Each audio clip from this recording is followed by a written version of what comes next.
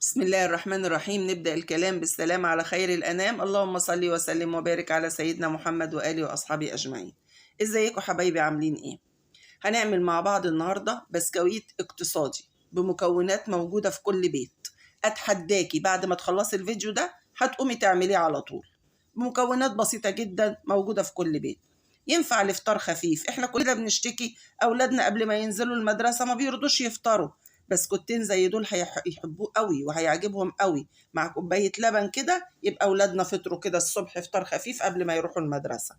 ممكن كمان بعد الظهر كده كوباية حاجة ساقعة مع بسكوتين، كوباية كابتشينو مع بسكوتين، في منتهى الجمال. يعتبر بسكويت يومي واقتصادي جدا، موجود مكوناته في كل بيت. وكمان في التشكيل مش هتحتاجي مكنة، مش هتحتاجي أي حاجة للتشكيل. هخليكي تشكلي بأبسط الإمكانيات. بس لو عجبك الفيديو ما تنسينيش في اللايك، أهم حاجة اللايك. ولو لسه ما اشتركتيش انزلي اشتركي وفعلي زر الجرس واعملي لي كومنت حلو زي كده. واهم حاجه اللايك عشان الفيديو يترفع ويوصل لاكبر عدد ممكن.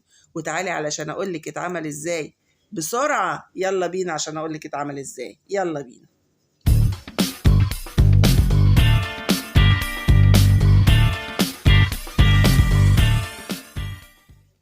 نبدا بسم الله.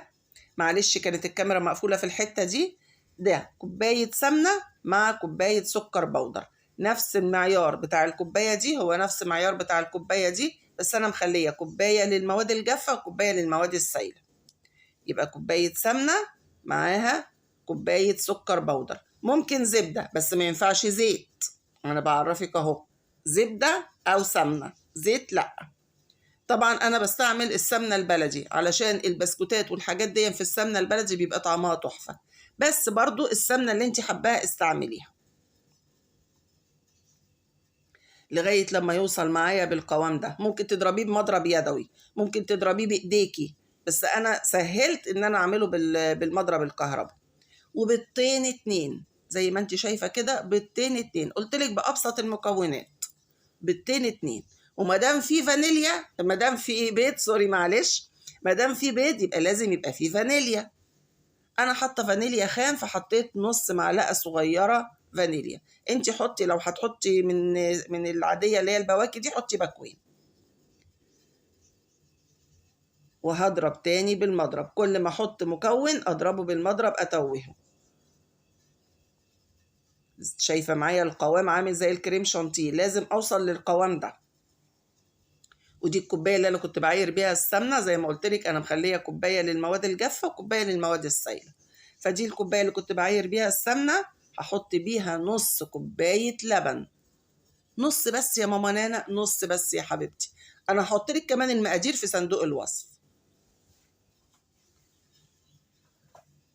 وهضرب تاني زي ما قلنا، كل حاجه هحطها هضربها كويس لما يوصل معايا للقوام اللي انت شايفاه ده.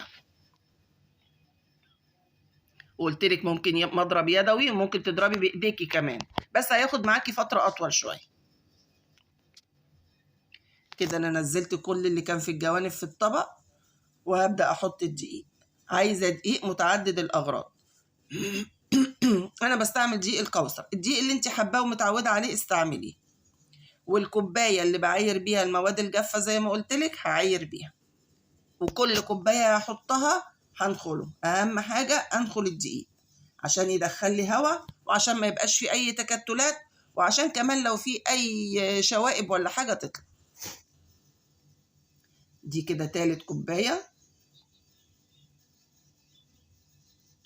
صحصحي معايا ما تسرحيش، ركزي. وهحط رابع كوبايه.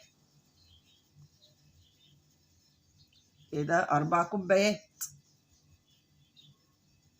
بس كده يا ماما نانا، اصبري معايا، استني بس لاخر الفيديو، خلي عندك صبر. هحط معلقتين كبار مليانين نشا، معلقتين كبار مليانين نشا. ومعلقتين كبار مليانين كاكاو خام.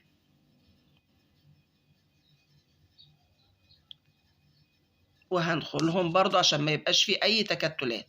طب ما فيش يا ماما نانا بيكنج باودر، ما فيش خميره، ما فيش اي حاجه ولا اي حاجه يا حبيبتي، ولا بيكنج باودر ولا خميرة ولا أي حاجة.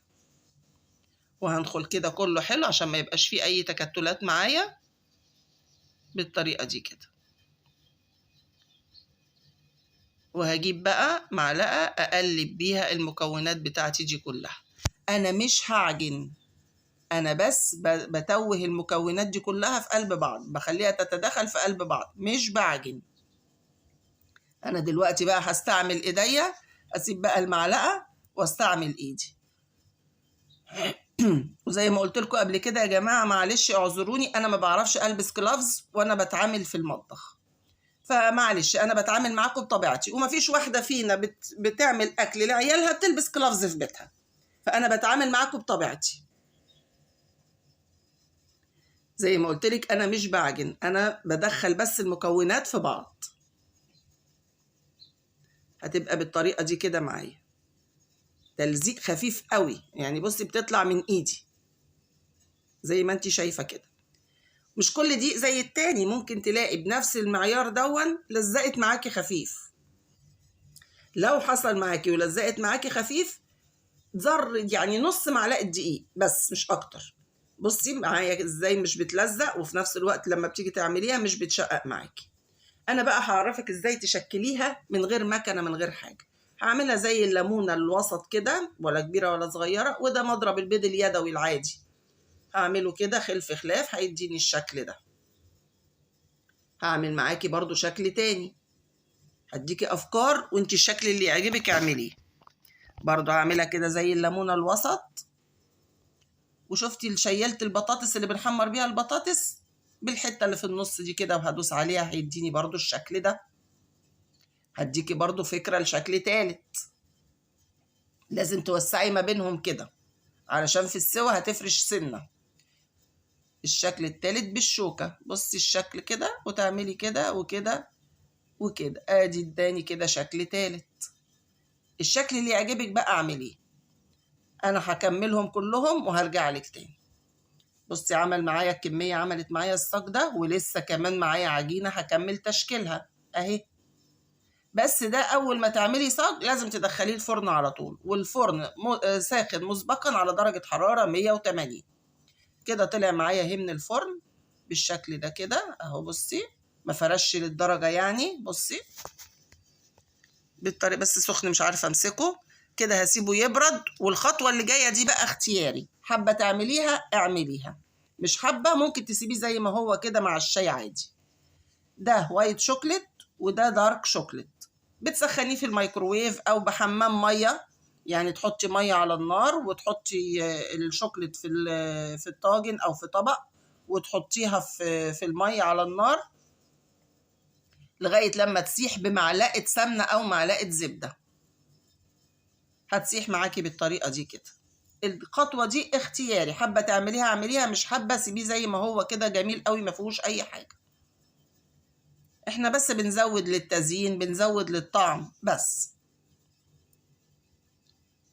وهطلعه كده على صينية أو على الرخامة، أي حاجة أي حاجة، يعني سطح بارد علشان الشوكليت يمسك معايا.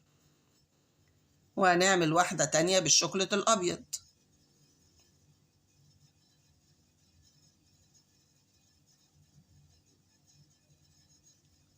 هنطلعها كده، نقلبها في الشوكليت كده ونطلعها برضو على الصينية. وهنزين بقى بعد كده اللي عملناه بالشوكليت الأبيض هنديله خيوط بالأسود، واللي عملناه بالشوكليت الأسود هنديله خيوط بالأبيض كتزيين مش أكتر. ممكن بدل ما تعملي كده ممكن تحطي عليه شوية مكسرات.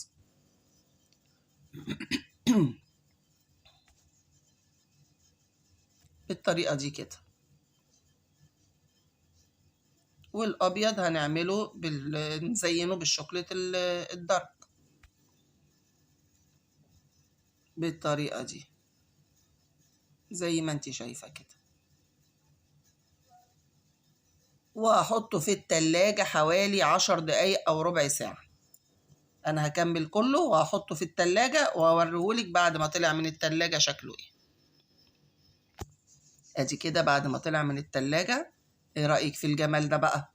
مكونات موجودة عندك ولا لأ؟ مكونات بسيطة جدا، وزي ما قلت لك لو حابة تسيبيه كده سيبيه، طعمه في منتهى الجمال، برضو طعمه تحفة. حابة تزودي وتعملي بالشوكليت زي ما انت شايفة كده، تمام اعمليه. بصي شكله عامل ازاي، اولادك هيحبوه جدا وهيطلبوه منك كل يوم، وهيسهل عليكي انك بتشتكي ان هم ما بيفطروش قبل ما ينزلوا الصبح، كده هتجبريهم يفطروا بحاجات بيحبوها مع كوباية لبن كده الصبح. ولادك فطروا قبل ما يروحوا المدرسة. بس ما تنسينيش في اللايك، اهم حاجة اللايك علشان الفيديو يترفع ويوصل لأكبر عدد ممكن. وزي ما قلت لك لو ما اشتركتيش اشتركي واعمليه واكتبي لي في الكومنتات طلع ازاي، واكيد من ايدك هيبقى احلى. والسلام عليكم.